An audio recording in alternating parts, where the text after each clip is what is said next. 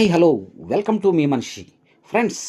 పశ్చిమ బెంగాల్ ఆర్జికర్ ఆసుపత్రి trainee doctor అయిన అభయ అత్యాచార కేసులో షీల్డా కోర్ట్ సోమవారం మధ్యాహ్నం తుది తీర్పును వెలువరించడం జరిగింది. నిందితుడు సంజయ్ రాయ్కు యావజ్జీవ కారాగార శిక్షను కూడా విధించడం జరిగింది.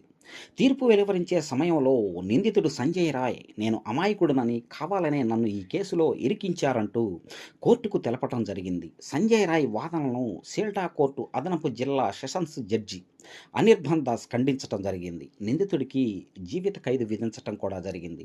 తీర్పు సమయంలో వైద్యురాలి కేసు దర్యాప్తు చేపట్టిన సిబిఐ సైతం వైద్యురాలు కేసు అరుదైన కేసుల్లో అరుదైన కేసు కేటగిరీ కిందకే వస్తుందని, సమాజంపై ప్రజల్లో విశ్వాసం నెలకొల్పేందుకు నిందితుడు రాయ్కు మరణశిక్ష విధించాలని కూడా కోరింది.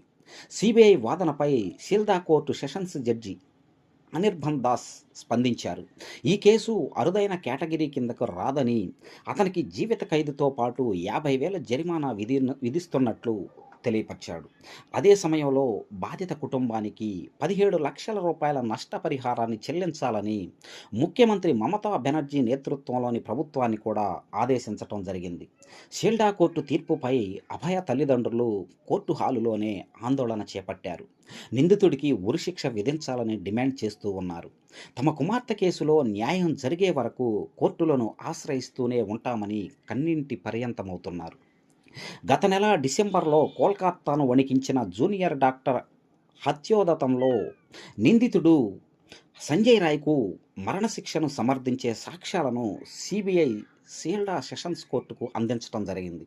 తాము చేపట్టిన దర్యాప్తు ఆధారంగా నిందితుడు సంజయ్ రాయ్కు మరణశిక్ష విధించాలని సిబిఐ తన వాదనలను ముగింపు సమయంలో కోర్టుకు తెలియపరచడం కూడా జరిగింది.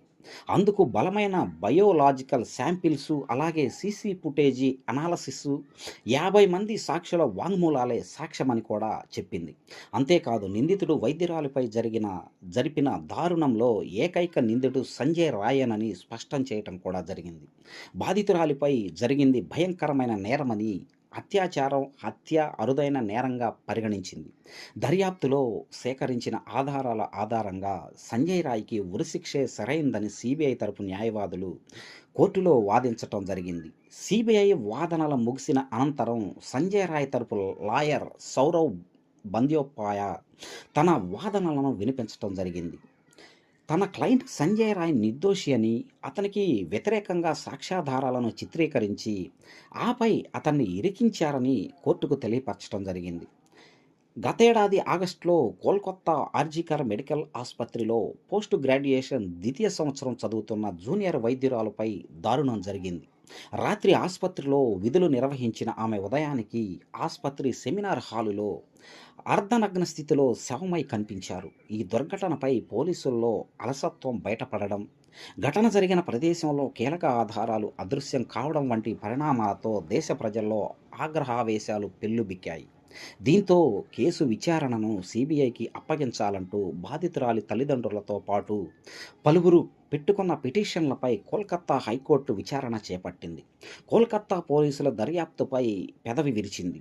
రోజులు గడుస్తున్నా కేసులో ఎలాంటి పురోగతి లేదంటూ విచారణను సిబిఐకి బదలాయించింది.